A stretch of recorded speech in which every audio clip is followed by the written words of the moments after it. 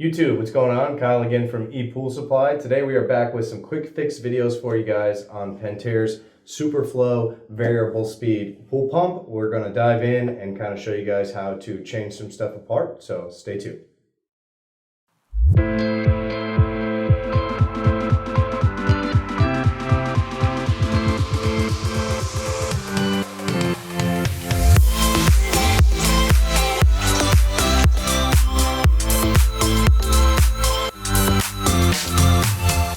Alright guys, and we're back. So again, today we got some quick fix videos for you guys on Pentair's SuperFlo. This will work with both of their variable speed models. They carry a traditional variable speed, which this one is. It's an e-commerce model, so you're dealing with EC-342001. It will also work with their trade model, which is a VST.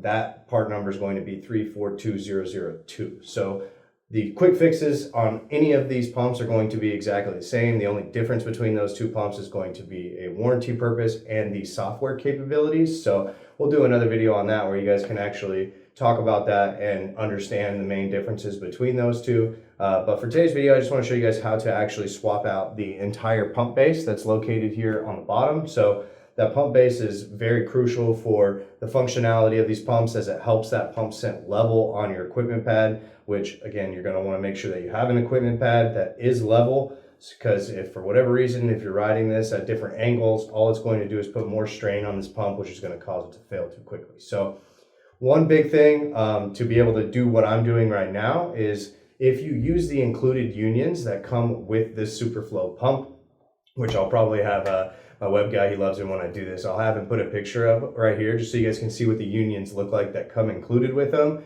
And then that way, if you install those in the process, all you simply have to do is remove those nuts on those unions, and you can take the pump away from your equipment, go to a nice flat surface like I got here in front of me, and be able to work on it at any time. But if for some reason you weren't able to unionize it, or you didn't use the unions, whatever it may be, it can be a much more difficult task to replace these things on the pump.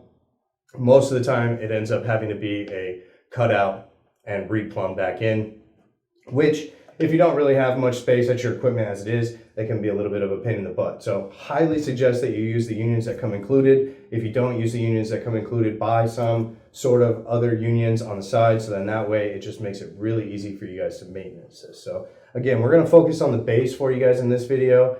All you're going to need is a 9/16 wrench. If you've got any kind of ratchet or socket, that's fine.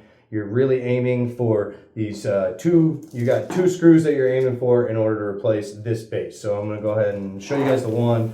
So number one is right here on this side of the volute. You're looking towards the front of the volute, so you're only going to take out this front screw, and then the other one for you guys is actually located on its opposing side right here in the front. So I've already kind of pre-loosened them for you guys. So again, depending on where you're doing this at, if you have the opportunity to pull it to a table like I do, it's a lot easier to work on. But if you're doing this at your equipment, just be careful, especially when you're going to reduce the height of the pump and you've got plumbing already plumbed in. It can be really tricky. So maybe a two-man job for you. But again, because I have the opportunity to be able to pull this away, it's much easier to work on. So I already unscrewed the bolts here for you guys, so I'm going to go ahead and kind of work those off again. So bear with me, and I'll go ahead and remove them and show you guys what it looks like.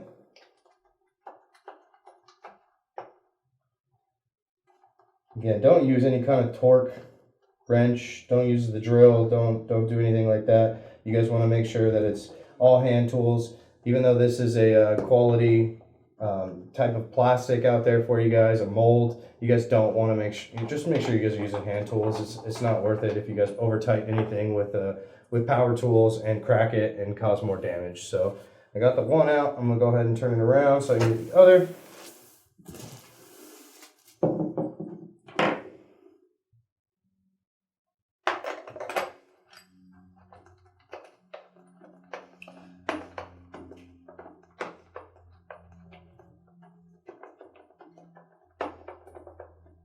And we're going to have other videos for you guys on doing this for the other 3 horsepower pump that they offer and some of their other style pumps that they offer, so then that way you guys can know how to take this apart for all of them. So all right, so I go ahead and I removed both of the big bolts for you guys here. You guys can see them.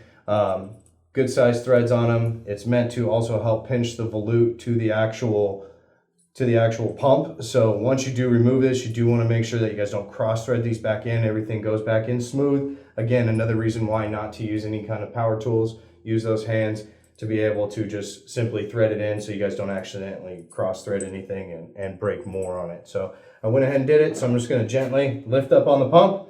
And as you guys can see, the base stays where it's at.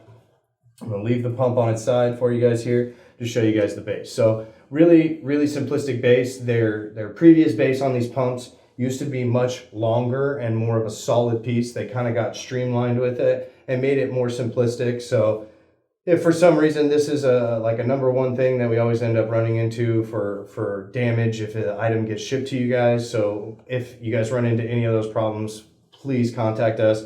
We do keep these on hand just for that reason, just to have them available for purchase if your own broke, as well as if something happened from us to you guys. So really simple. It's a 2-bolt process. It's really hard to not be able to line it back up just knowing that it only has these 2 bolts.